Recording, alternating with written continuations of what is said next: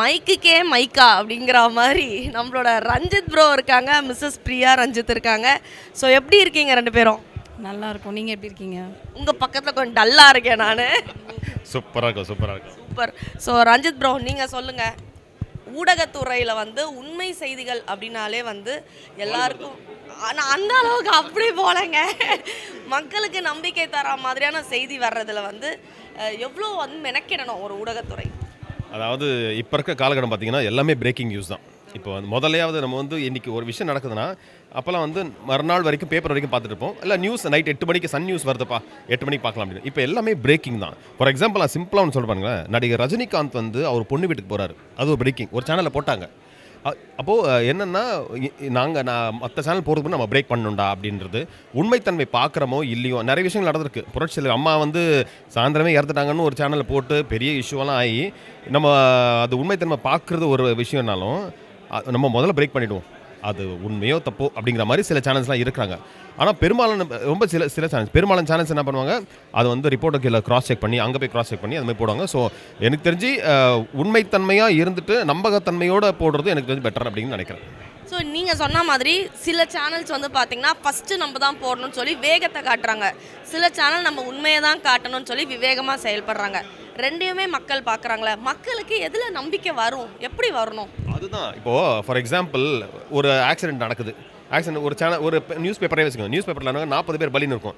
அதே நியூஸ் பேப்பரில் அதாவது ஆப்போனன்ட் நியூஸ் பேப்பர் 42 இருக்கும். இன்னொரு பேப்பரை பார்த்து 45 இருக்கும். நாங்கள் எதனா நம்புறது அப்படிங்கிற மாதிரி ஒவ்வொரு சோர்ஸ்னு ஒன்று இருக்குல்ல, கரெக்டாக போய் யாருமே போயிட்டு கிட்ட போயிட்டு அந்த பிணவரில் போயிட்டு எத்தனை எண்ணிட்டுலாம் இல்லை. அந்த சோர்ஸ் கொடுக்குற தகவலை தான் இவங்க போட முடியும். சேனல்ஸ் பொறுத்த வரைக்கும் அதே மாதிரி தான். நம்மளுக்கு ரிப்போர்ட்டர்ஸ் என்ன தராங்களோ அதுதான் கரெக்டான சோர்ஸ். இப்போ ஓட்டிங் கூட ஒரு எலெக்ஷன் முடிஞ்சு ஓட்டிங் வருதுன்னா 6430 இருக்கும், அங்கே வந்து 6428 இருக்கும். ஸோ நம்ம அவங்க ரிப்போர்ட்டர்ஸ் நம்மளுக்கு என்ன தராங்களோ அதுதான் நம்மளுக்கு மெயின் சோர்ஸாக இருக்கும். ஸோ நம்ம வந்து ஃபைனலாக என்ன இதுவோ அதை மட்டும் பார்த்தா போதும்னு நான் நினைக்கிறேன். நம்ம ரொம்ப நேரம் ரஞ்சித் ப்ரோட்ட பேசிட்டோம். நம்மளோட கிரேட் ரிவ்யூவர் பிரியா ரஞ்சித் அவர்கள் இருக்காங்க. ஸோ நீங்கள் சொல்லுங்கள், உங்களோட லைஃப்பில் ஒரு நம்பிக்கை தூண், என் வாழ்க்கையில் நம்பிக்கைனா இவர் தான் அப்படின்னா நீங்கள் இவர் தான் நம்பிக்கை. பார்த்தீங்களா, ஜிபே பள்ளி விடுங்க, கேட்டதாக பள்ளிட்டேன். ஓகே, ஸோ நம்ம நம்பிக்கை மீடியாவுக்கு நீங்கள் 2 பேரும் உங்களோட பெஸ்ட் விஷயம் சொல்லலாம். கண்டிப்பாக என்ன சொல்கிறது, வெளிநாட்டில் இருந்தாலும் எங்களுக்கு இங்கே ரீச் ஆகுது. ஆக்சுவலாக இவர் வாய்ஸ் கொடுத்ததுக்கப்புறம் தான் எனக்கு மலேசியாவில் இந்த மாதிரி ஒரு சேனல் இருக்குன்னு எனக்கு தெரியும். அதனால் அப்பத்துலேருந்தே நான் வந்து வாட்ச் பண்ண ஆரம்பித்தேன். நான் அதாவது பொறுமையாக வெளிப்படையாக சொன்னாலும் அது கரெக்டான நியூஸாக இருக்குது. ஸோ அந்த வகையில் பார்க்கும்போது நம்பிக்கை வந்து ரொம்பவே வந்து சூப்பராக பண்ணிகிட்ருக்காங்க. என்னோடய பெஸ்ட் விஷஸ் நம்பிக்கை மீடியாவுக்கு. ஸோ ரஞ்சித் அண்ணா, நீங்கள் வாய்ஸ் கொடுக்குறீங்க, இப்போ குளோபலி வந்து நம்ம நம்பிக்கை மீடியா வந்து எக்ஸ்பேண்ட் ஆகிருக்கு. ஸோ அதை பற்றி ஆக்சுவலி என்னென்னா, நான் வாய்ஸ் கொடுத்து எனக்கு வந்து நம்பிக்கையோட வந்து ஒரு 2 இயர்ஸாக எனக்கு கனெக்ட் இருக்குது.